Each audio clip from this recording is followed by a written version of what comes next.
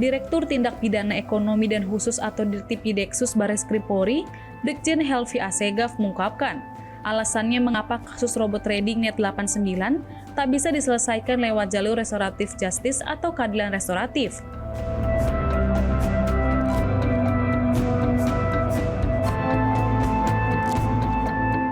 Helvi menjelaskan berdasarkan Peraturan Kepolisian atau Perpol Nomor 8 Tahun 2021 telah mengatur persyaratan material dan formil untuk menyelesaikan kasus lewat restoratif justice.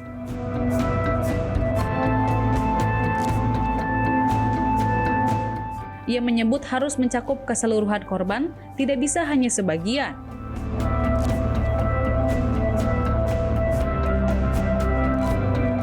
Korban juga harus utuh hingga seluruhnya masuk dalam kategori yang nanti mendapatkan haknya sesuai perhitungan terhadap aset-aset yang disita penyidik.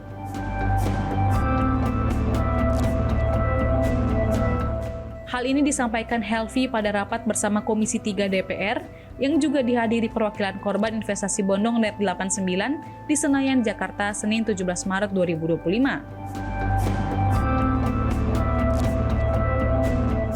Dia menjelaskan bahwa dalam perkara robot trading Net 89, total korban sesuai dengan laporan sebanyak 5.363 orang, dan yang baru lengkap dengan dokumen 5.100 korban.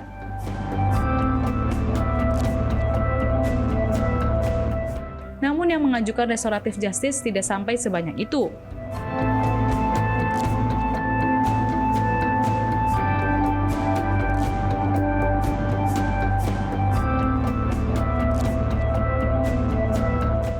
Selain itu, restoratif justice perkara Net 89 juga terhalang oleh pelaku utama yang masih buron.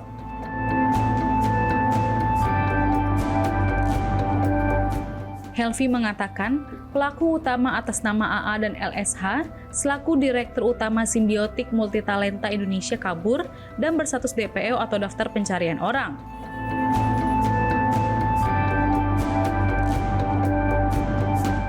Sebelumnya, Direktorat Tindak Pidana Ekonomi Khusus atau Dirtipideksus Bareskrim Polri telah menetapkan 15 tersangka dalam kasus investasi bodong dengan perputaran uang sekitar 7 triliun rupiah.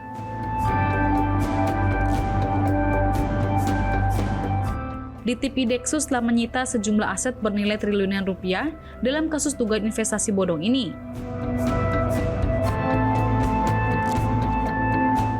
Helvi Assegaf mengatakan aset properti senilai 1,5 triliun rupiah telah disita yang terdiri atas bangunan tidak bergerak maupun barang bergerak. Aset properti itu, kata dia, berjumlah 26 unit yang terdiri atas hotel, villa, kantor, apartemen, ruko, dan rumah yang tersebar di beberapa kota. Helvi menyatakan, penyidik masih terus menelusuri aset-aset milik para tersangka dalam kasus ini.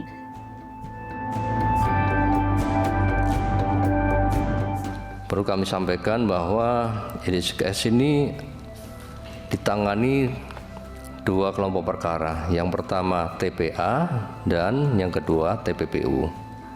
Ada 6 tersangka di perkara TPA dan ada 8 tersangka di perkara TPPU.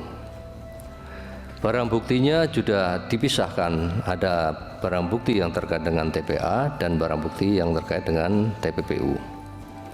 Korban cukup besar, ada 2.069 orang, dan ini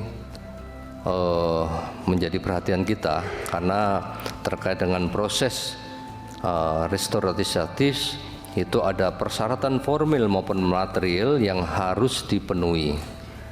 Jadi perlu kami sampaikan, sesuai dengan Perpol 8 2021 tentang restoratif justice, persyaratan material yang harus dipenuhi yaitu yang pertama persyaratannya adalah tidak menimbulkan keresahan dan atau penolakan dari masyarakat.